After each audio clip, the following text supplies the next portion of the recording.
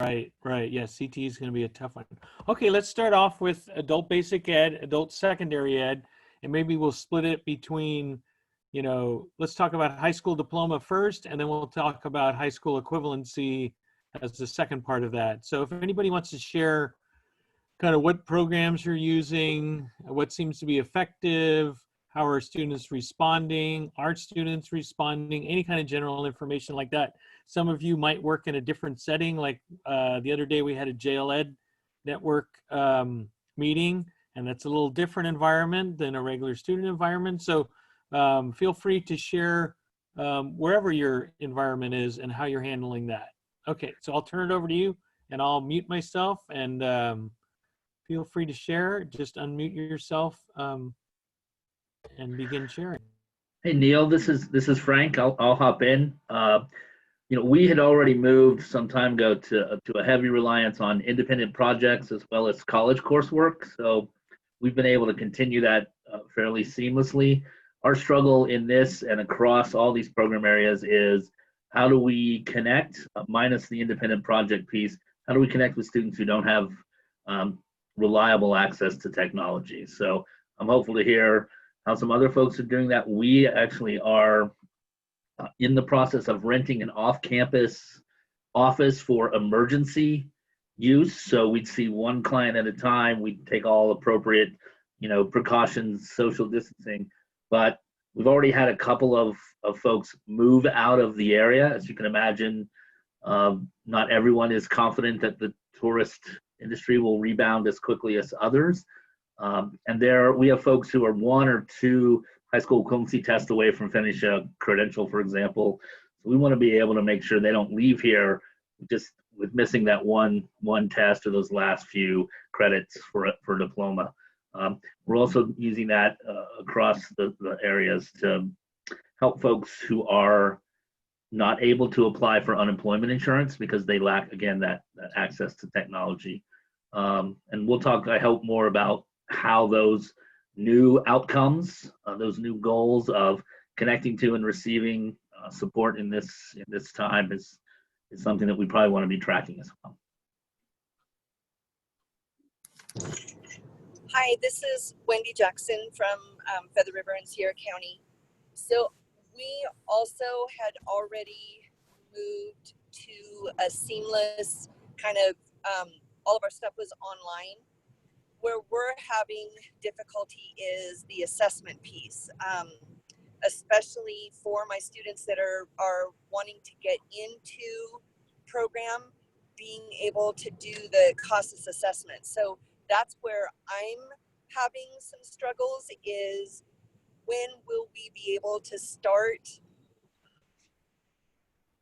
doing those assessments again, using people, because you know, it's taking so long for them to be able to get in, to get assessed, to get into the right program where they're supposed to be. And that's for both my ESL as well as my adult basic ed and adult secondary ed folks. So Wendy, so there's kind of a 2-part thing with assessment. There's assessment for placement, and then there's assessment for progress. Assessment for placement is locally determined, although there are some appraisals that you can use, but assessment for progress is the one mandated by the feds. So what are you using for assessment for placement? Are you using a locally determined tool, or what are you using to place those students? So I use CASAS for both, for where they need to be placed as well as how they're progressing. So it's both. And so that's kind of where if I can start doing the progression piece, because I have the space where we can be completely separated, then I will start doing that again. I'll get with my superintendent and see if I can get permission to start doing that. Neil, this is Pat Rickard. I can respond to Wendy's question about when might we experience some remote testing opportunities for the NRF standardized pre and post testing. We are starting a clinical tryout this week with 6 pilot agencies. We will continue the piloting next week. And we expect for the first time to roll out the opportunity the week of May 4th. And it will be up to Carolyn Zachary, our state director, as to what the state policy is going to be with remote testing. But we have draft guidelines for remote testing that we're developing. We're also developing for all of the doctors that are certified to administer the faculty tests pre and post. We're going to be providing additional training for those already certified doctors for them to be able to do the remote pre and post testing. We are going to be having a webinar this Wednesday for any of you that want to find out more about the pilot, what the requirements are, what the technology requirements are, the requirements, etc. And also for Wendy, I wanted to say that we also piloted for the NVP, we're piloting a remote IOC, a remote in-office chat, so that you can continue to be serving your current students remotely. Yeah, I'm part of the NEDP remote IOC pilot program, and I am participating in that. So that's awesome, and I'm glad that we've got that part moving forward. Great, thank you. All right. Anybody else on high school diploma want to share what they're doing? What seems to be effective or any challenges? This is Christy Smith from Ukiah Adult School, and we found that most of our students are more comfortable with continuing with packets, and we've been successful with them being able to just come in to our site. Our teachers are here, again, practicing all the appropriate measures like Frank mentioned for distancing and whatnot, but continuing to support them through a pace that they're comfortable with through their learning like they were doing before all this. We found that to be most successful for most of our students, rather than trying to implement something totally new that they weren't used to, which is the 100% online learning. So we're happy to say we're still seeing progress towards making credits, and we hope to have an increase of graduates between now and the end of the school year through that process. And we're looking forward to being creative with a graduation. If anyone's had any conversations on that, I'd be interested in hearing from folks. I would like to parrot that, because I'm trying to figure out how to do graduation for some folks that are going to be finishing up here in May. So any input on graduation would be greatly received. Neil, Right. This is Lori Lee Neeson from the Colusa County Office of Education. I have a question. I know for the K-12, there's the do no harm with the grading policy. Does this also apply to adults? Are we supposed to be doing that with adults as well, and possibly moving to a credit, no credit? If you could provide some guidance there, I'd appreciate it. Okay, how are people handling the grading for programs like high school diploma? Is it pass-fail? Are there grades? Is that required in order to get your credits? What are people doing? Because I'm not too familiar with that. Neil, this is Frank. Our sister partner program at EDCO, at least up here on the Hill, has I think almost always been pass-fail. So for us, it's continue to. I think where we're finding the space to do no harm is really addressing those immediate sort of shelter-in-place needs, connecting to services and supports before we keep pushing additional instructional information and materials at them. I can address it from a bigger school district perspective. Our district, San Juan, has moved from initially not offering instruction to pass-fail to now a modified pass-fail, so that students at the high school level can do a pass-fail, but they have the option of requesting letter grades this semester because of their anxieties about college. This is primarily seniors. So the district is offering that as an option. I felt very comfortable moving immediately into the PassFail. I think it's probably an easier pathway for adult ed. At this time, we are aligned with our district and all of its policies, and so there's some things I can't do independently. One of them is that they regarded the Williams Act as a consideration, and that included passing out textbooks and packets. So we were not allowed to do that. We had to go to strictly online and remote learning, and that's what we are honoring. Our district passed out Chromebooks to K-12, and I don't have sufficient Chromebooks to pass it out to all of my students, so I restricted the Chromebook distribution to our credit-bearing and high school equivalency classes, and also to some of our staff that needed to be able to work remotely. I think that the PassFail will probably enable us to get more students through. That seems to be psychologically an easier hurdle than the letter grades, and I think for our adult learners right now, they have enough handicaps that we will probably continue the PassFail certainly through the end of this year. So just the other question, our online tools, we're using Edgenuity, and we use some Aztec materials. We also are using the GED Ready and some of the other online tools and classes for our high school programs. And we had kind of a hybrid class for a lot of our students to begin with.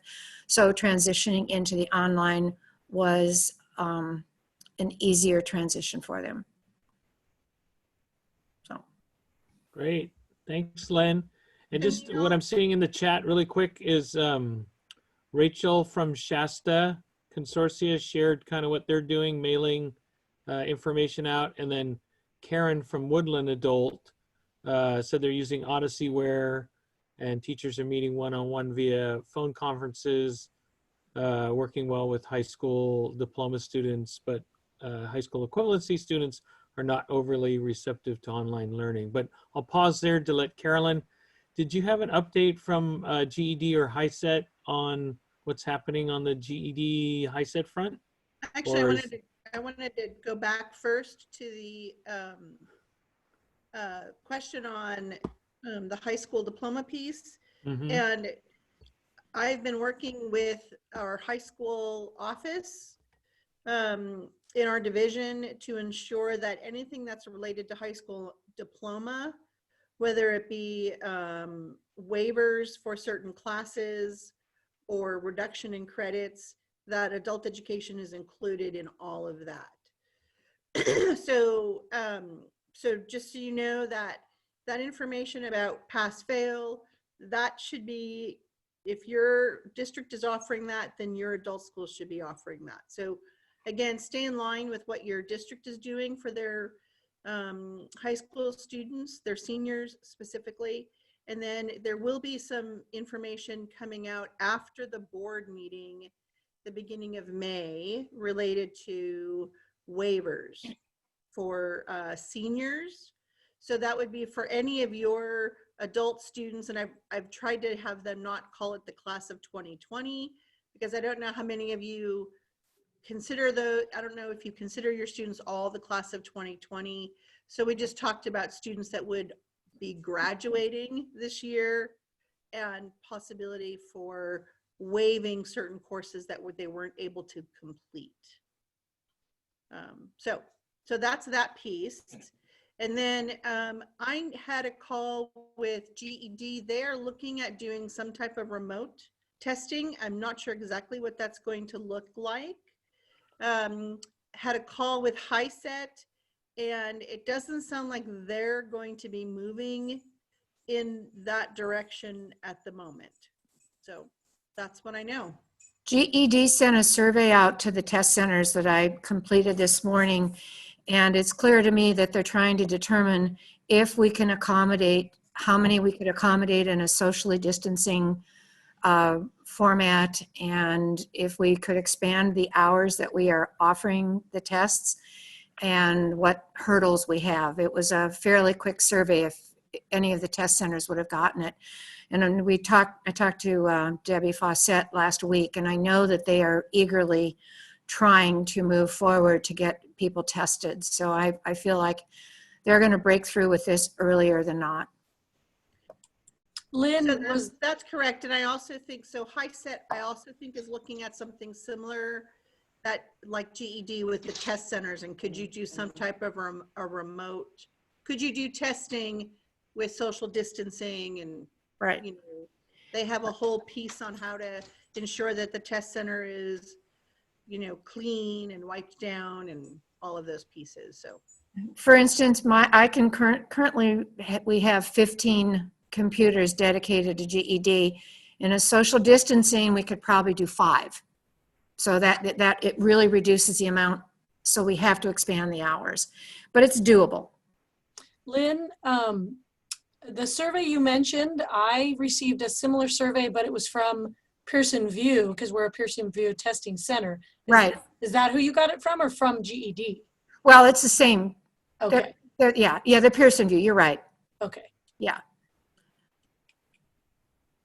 Okay, anybody else that want to share? I thought, Mitch, you were going to say something, Mitch, or did you want to share what's happening in your consortia?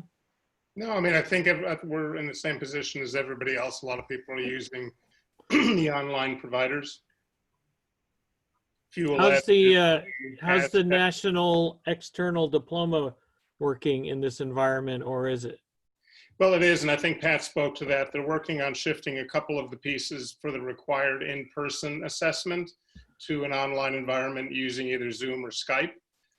So far, we're sort of on hold with figuring out how to do that. But hopefully, the pilots that are running across the state will have positive results, and we'll have an answer soon. I don't know if Pat wants to chime in more on that. Pat? No, we're hoping. We're in week 2 of the pilot, and we've learned a lot from the sites that are piloting, and we've made some modifications to the guidelines based on how the sites are trying to figure out with this remote in-office checks. So we're really hoping, you know, within the next few weeks to be able to roll it out beyond the pilot sites. And Wendy had mentioned that she's one of the pilot sites that's working on it. The other thing I would mention, Neil, is that Aztec does have a locator test that's available to anyone for free that will help you determine the NRS level of your student. It's obviously not in place of promotion and progression assessments, but it will tell you the grade level equivalency of your student. Right. Okay, let's see. So Jeff, I know you had questions you wanted to hear. Did you get enough information, or did you still have a couple of questions you wanted to throw out there for our ABE ASC program people that are on? Actually, I feel better about what we're doing. After hearing what everybody else is doing, we're doing a lot of the same. A lot of packets getting out, some online learning. We're using Odysseyware for stuff. But it's a positive that's kind of come out of this is the fact that we have had former students who now have a lot of time in their hands contacting us so they can get back into the diploma program so they can finish up. So we're actually picking up students. And we're not taking any new students, but former students are coming back and trying to complete their high school diploma. So that's been a positive out of this current situation. But That's great. I heard it's great. All right. Anybody else on high school diploma, ABE, want to share before we move on to ESL? So what we're doing in Elk Grove is we've been using Edgenuity for a couple of years now, and we're going to start. We have a lot of students who are now ready to test, and so we're going to follow our district's protocol by proctoring via online so that we can test students. Students set up appointments with the teacher, and the teacher can test up to 42 students at a time. And in a proctored situation, we're just getting started on that this week. Don't know how it's going to go. Fingers crossed, it'll go well, and students will be able to move past and keep moving forward in high school diploma. Keep us posted on that, Karen. It'll be interesting to see how I will. I how will. things turn I out. just sent a good luck email to all my teachers this morning, so I'm anxious to hear how it's going to go. So that's Great. about it.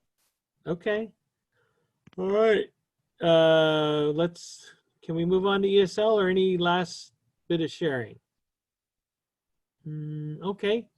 So ESL, a little tougher because what we're hearing statewide, you know, a lot of the student population in ESL might not have a laptop or a computer. And if they did get one, they don't have the broadband or the access. And then as far as online instruction, it's a little more difficult. But I think a lot of people are using Burlington English and then using things like USA Learns and other resources. But I'll let you guys talk about what you're doing and what are the challenges you're hearing in this part of the state.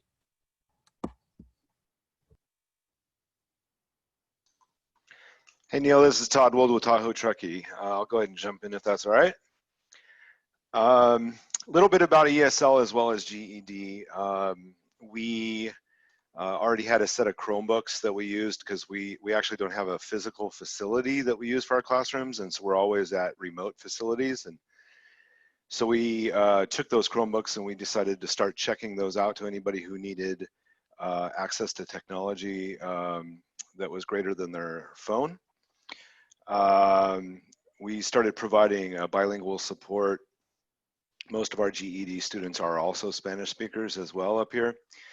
For GED and ESL students to connect to them and walk them through working with our two cable service providers for access to Wi-Fi.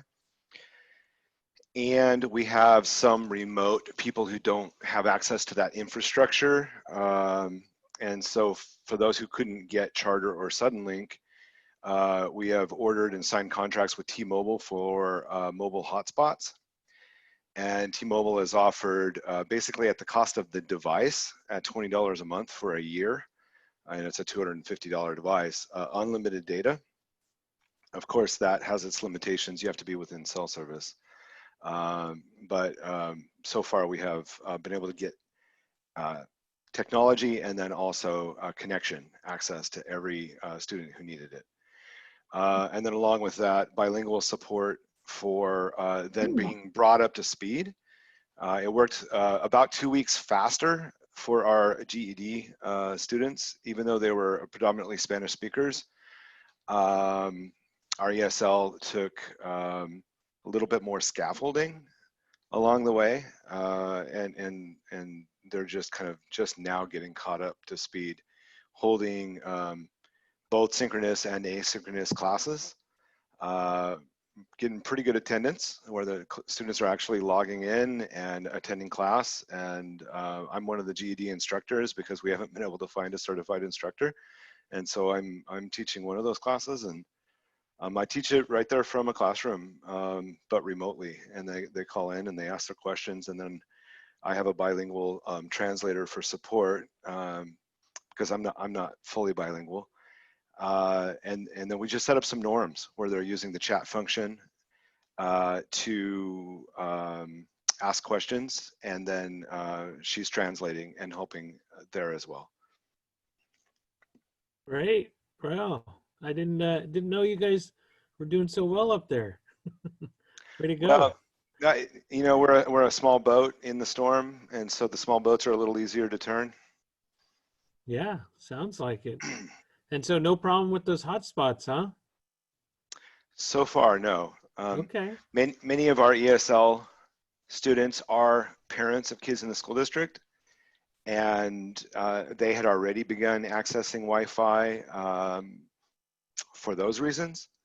And then we also reached out to any other organizations in our community that are working with adults, whether it was Nortec or Golden Sierra or the Truckee Library, and finding out, or Sierra Community House, which is our combined FRCs and Project Mana and some other organizations up here, who's doing what, so that we weren't stepping on toes and There used to be hotspots, but nobody was doing hotspots anymore. And so that's why we jumped on that.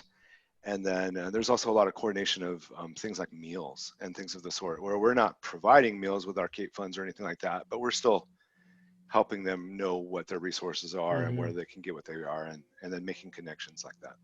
Great, great. Okay, anybody else want to share ESL? Neil, it's Elaine Ollinger from Mendocino Lake. Hi. So just to piggyback on Todd, what the college is doing for all our campuses is that they have widened the access of Wi-Fi into their parking lots so that students can drive in to our campuses and they can access the internet in the parking lot in their cars. They can do their homework, they can submit paperwork through Canvas.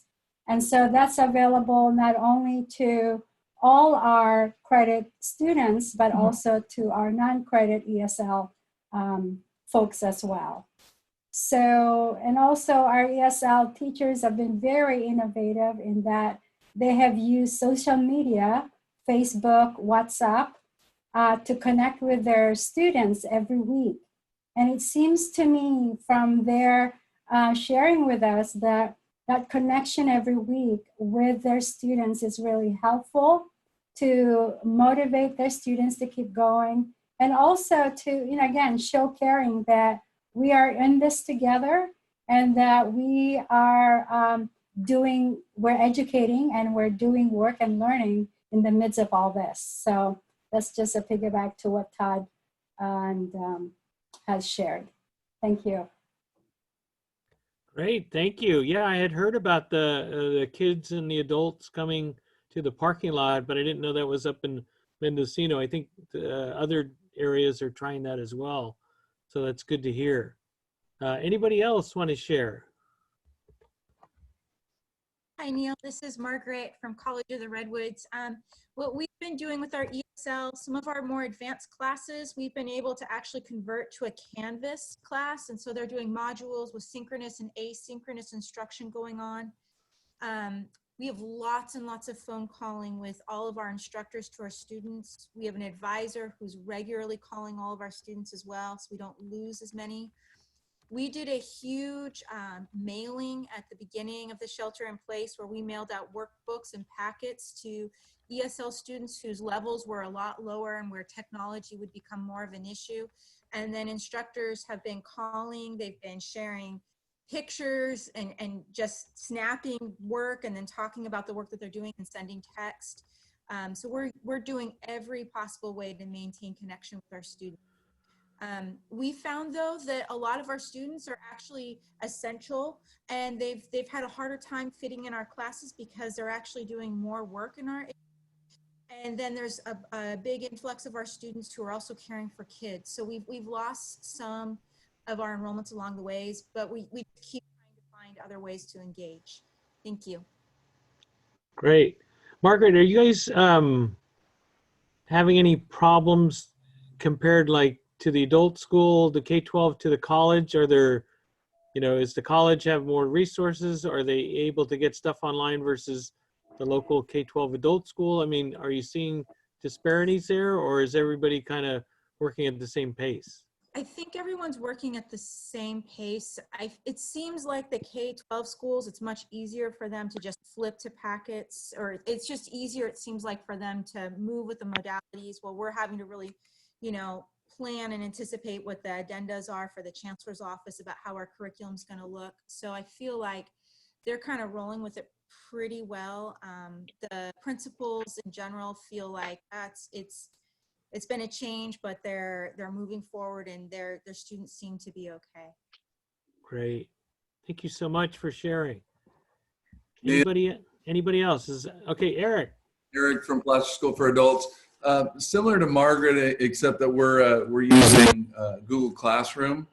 So, and ESL teachers are just so good about pulling resources. They're very resourceful. So they've been pulling resources from all over, using Google Classroom to create weekly assignments, and then using Hangouts or Google Meet to do either one-on-one or a small group.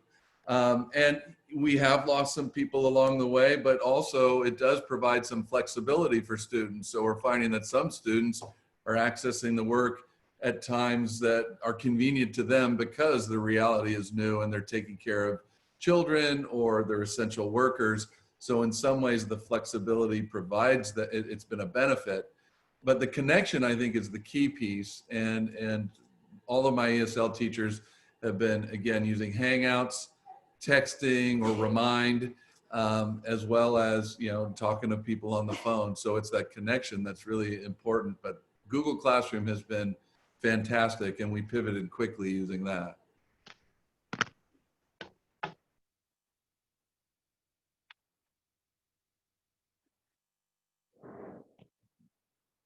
You're muted, Neil. Sorry. Thanks, Eric. Wonderful news. Anybody else want to share ESL updates or anything we haven't heard yet? Some innovation going on with your ESL classroom. I would just add on the ESL that we are fortunate to have a strong collaboration with our local community college. So our ESL classes being offered in partnership with them has made a big difference so that they've been able to support our efforts through the programs and services they're providing because we're doing them together. And so if any agencies out there have considered doing that but haven't quite gotten that far, I would just strongly encourage that partnership because it made a big difference in this situation. Neil, one other element I'd like to share, kind of taking advantage of this situation. In all likelihood, next fall, the best case scenario would be that we could return to having some students in class, but it'll probably be cohort based or smaller groups. So, you know, the silver lining in this is that folks are becoming much more comfortable with online. And so you could more readily do a blended where you might meet with cohort A in ESL on a Tuesday while the remainder are doing work online and then flip it on a Thursday. So I think this is going to change how we deliver instruction well beyond this current situation. So Eric, quick question. Will this accelerate learning, do you think, if we offer this blended model in the fall? Do you see that increasing or expediting the progress of the students, or will it be kind of more the same? I don't know that I can say it would accelerate it. I think it would provide flexibility. And I think if our reality is, you know, just like with the testing center, if I can't have 15 people in a classroom, but I can have 7, well, that in-person contact is still important, but it will provide some flexibility to keep learning going. So my hope is that it will at least maintain, if not improve, but at least we've got a delivery method. Okay, while you're on the line, I'm going to segue into CTE really quick. So, and Eric, maybe you can start off with this. So we have people talking at the state level. As you know, the senior care homes in the state are being decimated, you know, through the virus. Employees as well as residents of these care homes. So they are looking at trying to create a pipeline for people to be employed in these care facilities. And so getting their, I don't know what licensure is required, but it's probably pretty entry-level licensure to work in a care facility. But, you know, the difficulty is the hands-on part of that CTE component. And so, plus people would want to work in what is now perceived as a dangerous environment. So I'm just wondering, what are you seeing in CTE? I know the hands-on part is problematic, especially in industries where they're hurting, like the healthcare industry, and we're trying to ramp up and get people in through the training and certified, meet requirements.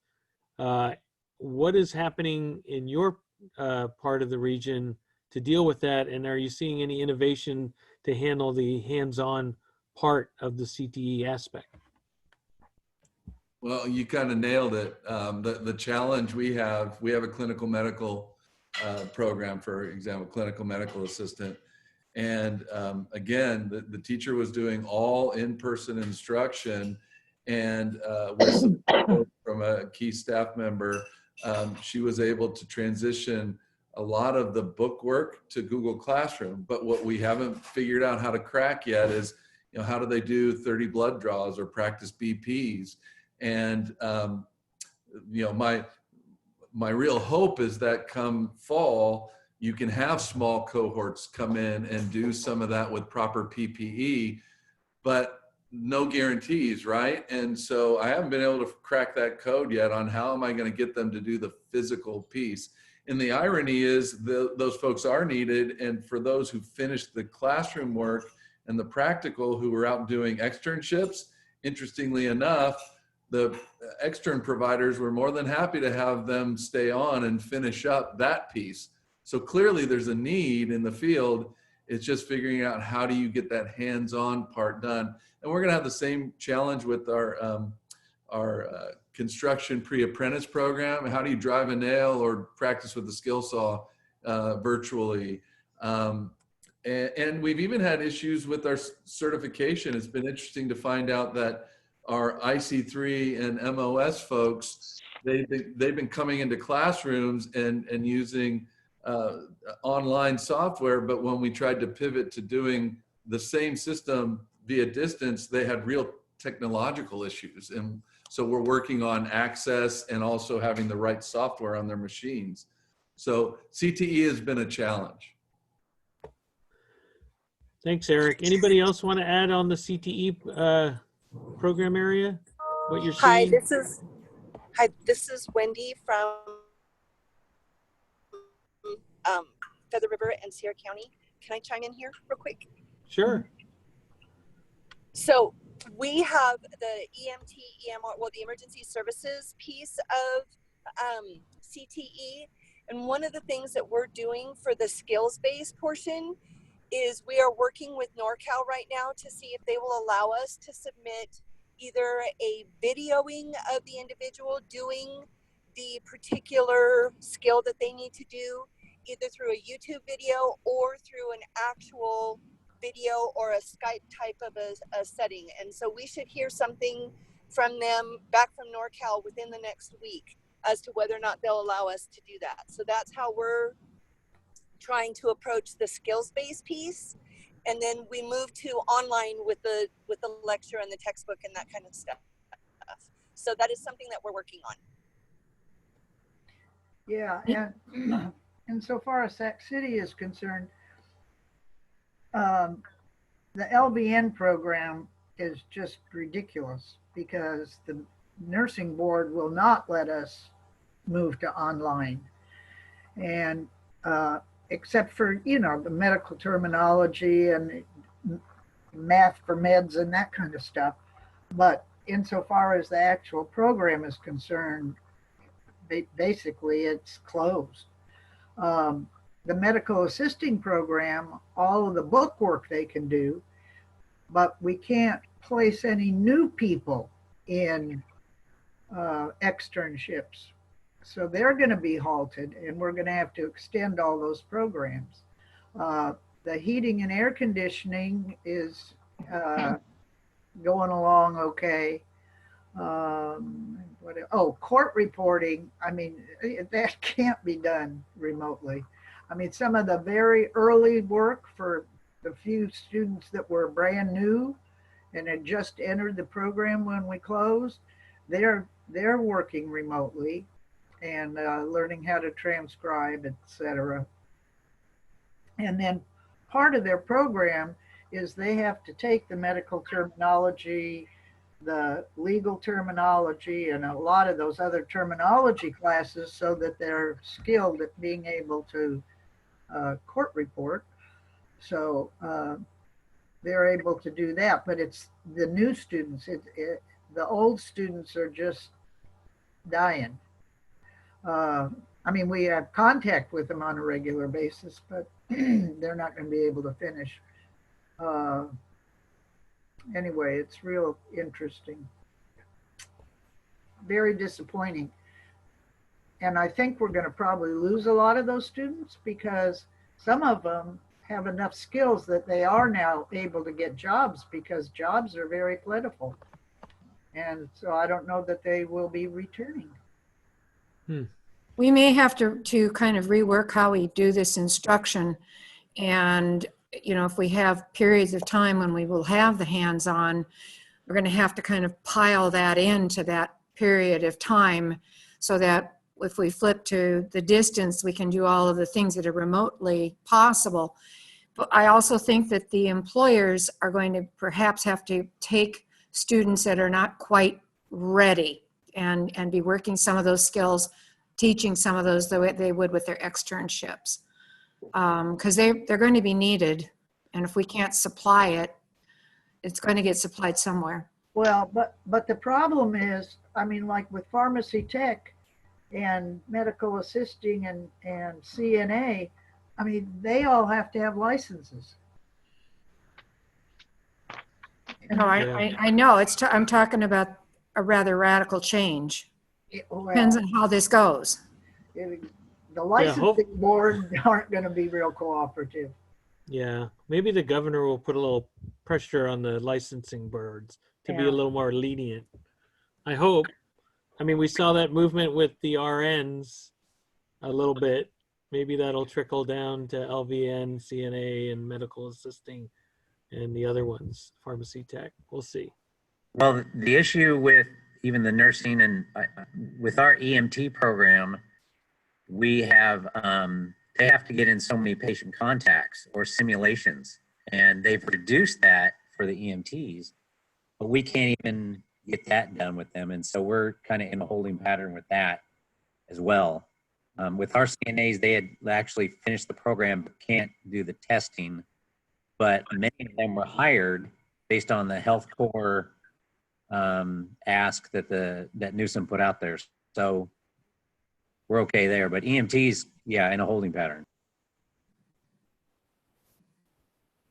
Oh, okay. A couple more minutes on CTE because I don't want to leave out adults with disabilities or parenting. So, So Neil, let yes. me add that we do have a task focus group in our division at CTE that is looking at CTE distance learning at the secondary and post-secondary level. And for those of you that are familiar with using CTE Online, which is a repository of lessons and projects. If you're not familiar with it, I'd encourage you to sign up for it. CTE Online, all one word. And we're looking at how they can adapt some of those courses for a distance learning format. And so I know that there are certainly issues with getting students licensure and certifications and all of those pieces, but we are working to look at how we can do some CTE online. And I think that there are some of the publishing companies and the companies that a lot of our schools are using for CTE. I think they're also trying to explore ways to provide their resources to teachers and students in a remote way. So we're still looking at all of that, and we know that that is an issue for CTE. Right. Thanks, Carolyn. We did have one question. Someone asked, what about utilizing ICEV courses? I'm not sure what those are, but can anybody fill me in and what you think about that? Anyone who want to? Well, I can do a little bit. I haven't been to their website in a long time, but they are CTE classes that are online and in a more virtual format. So I would encourage you to look at what they have and to help you get through all of that. And Frank is posting that ACT is working on looking at enhancing virtual education for both secondary and post-secondary as it comes. And I do know that, and I also know that the CTE state directors are meeting on a regular basis as well. So. Okay. All right. So we have less than 10 minutes, and I do not want to leave out adults with disabilities or K-12 success. So if anybody wants to share how I know adults with disabilities, those programs are very hands-on and in person. So I don't know, I know Sue probably could talk to that. And then parenting in the area of K-12 success, that's kind of hands-on as well, but I'll leave it up to you guys to give us an update on that. Okay, I'll jump in with the adults with disabilities. We are not serving our students. I mean, they don't, all of those that live in care homes don't have access to computers.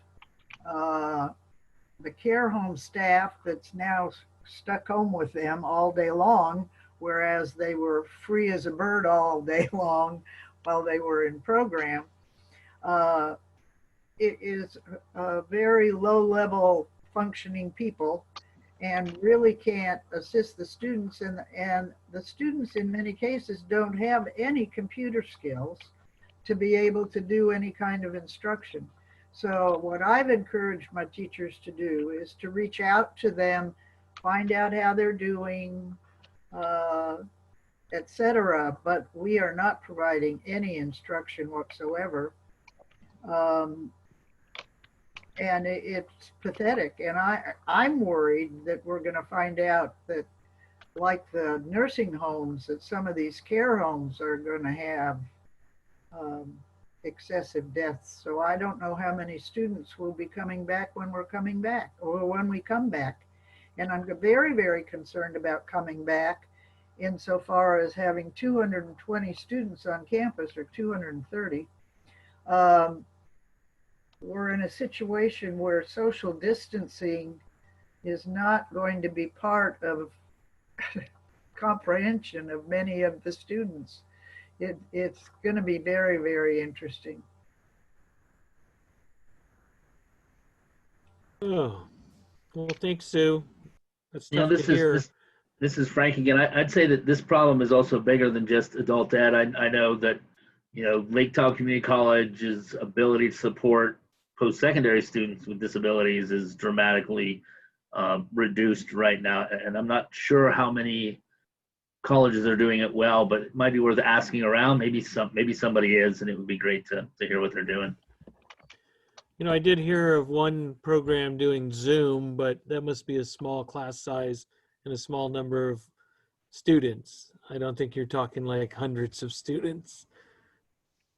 We have different functioning levels in our adults with disabilities, Sue, compared to what you were mentioning, but the ones that are a little higher functioning, our teachers have worked through the initial issues of getting them the technology with their support staff in their home to do a Zoom. And the teacher, I thought, was the most creative thing she did. She purchased the food to do a cooking lesson with the student, with the support staff in their home. She mailed the supplies to the student first, and then through Zoom, they did a cooking lesson. But again, it was a lot of work and effort, funding to support all those pieces, but it sure was rewarding for everyone involved, and they realized that they could take baby steps towards using technology and supporting adults with disabilities. A lot of pieces and parts that were key to that working that may be more challenging with the less functioning adult, of course. Thanks, Christy. Let's see, we have 4 minutes. We can still talk about adults with disability, but anybody with parenting or K-12 success want to share how things are going? Neil, it's Frank again. People are probably already tired of hearing me. I just learned about a new program. I haven't seen it yet. I hope to later this week from a fairly new startup called Family Learning. It's actually designed to combine adult and child literacy in sort of one set of activities, which might be not only valuable to us, but valuable to the K-12 system as well. Again, it's probably about to release in beta. I'm hoping we'll be one of the pilots in the next 2 weeks. And as I learn more, I will share more. Great, thank you. Anybody else? Parenting? Neil, this is Todd Wolb with Tahoe Truckee again. This is really small, but one of the things we felt we needed to do was support parents, especially of underserved populations, who were again struggling with the Wi-Fi access and the technology access. So we put together through our IT department a session for teaching them how to do this virtual stuff and how to support their children. And in that, we set a hard start at 10 o'clock and we did a soft start before that so that anybody who had any technology issues just getting connected would be able to join earlier. And we set up bilingual support with a phone number so that they can walk them through it and make sure that their microphone is working, make sure that their video is working and all of that kind of stuff. And then we ran them while modeling for them how synchronous and asynchronous might look like, and then how to support their kids. Great. Anybody else with innovative stuff on parenting? What you're trying out? What's working? Maybe what's not working? We got a couple of minutes. And I did want to say that we had like maybe 45 minutes worth of material from Costas OTAN that they could have shared today, but you guys were so great with sharing. We didn't really have time for that. And we did have Penny and Veronica and Jay on the line, but you guys had so much information to share that we didn't get a chance to tap into them. So let's see if Penny, did you have anything to offer, or Jay, any comments after hearing all this great information? No, I just posted in the chat. Oh, sorry, Jay, I didn't mean to step on you, but I'm just like really tickled to hear the innovations that our teachers and our program guys are putting together. I hope we can find a way to kind of gather all of those, because these are lessons learned for the future and for contingency planning for the future as well. So, wow, I'm really impressed. Thanks for sharing. Yeah, it was a lot better this way. I think Penny and Jay have had a lot of time to talk, so it's good to let other people talk, I think, than us. Great. Neil, I just wanted to say one thing about our students in general, and that is that one of the things that's probably the most valuable to them is the human contact that they're having with their fellow classmates and with their teacher. And the fact that so many in my program, we've got 10 and 12 people in a single apartment room. We've got, you know, some deep financial poverty going on for a lot of my students, and the brightness of being able to connect with the teacher. And for the teacher, if she can't communicate, one of my teachers will do, she's doing little videos like, this is how you make a peanut butter jelly sandwich. You know, just using the vocabulary and doing the demonstrations, and that kind of just simple stuff seems to be bringing our students to come back and try harder to just address them as people. Mm-hmm. Wow. Thanks, Lynn. Okay. Well, I think we could have done another hour of sharing.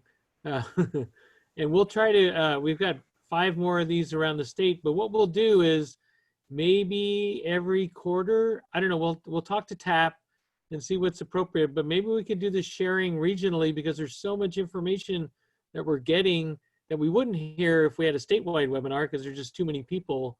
Maybe we'll just do this quarterly until things kind of get back to normal. As we all ramp up, we're hearing so many great things. I don't know, Carolyn, anything to offer before we close? I just think that this is great, and I'm glad that we were able to set these up, because it is wonderful to hear what everyone's doing. And we learned so much, I think, from all of you as to what's working.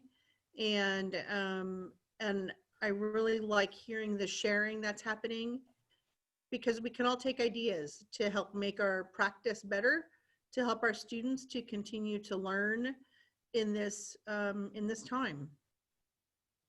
Great. Okay, I'll let a lot of nice comments in the chat. Sounds like there's a lot of support for getting back together soon as we make our way through this environment, sharing how we're doing. So Veronica, I'll let you close out, and thank you everyone so much for being on the call today. A lot of good information. Continue doing all the good work, and we look forward to talking with you soon.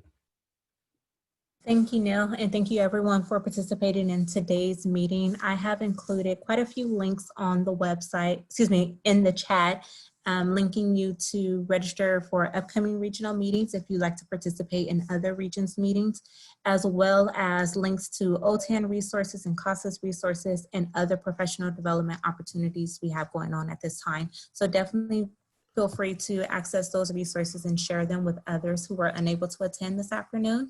The recording, as well as the agenda and the PowerPoint for today, will be posted on the CEP website, and I posted the URL of exactly where those resources will be located later on this afternoon. So thank you all very much for participating, and we look forward to engaging with you all soon. Have a nice day. Bye, everyone. Bye. Stay safe. Bye.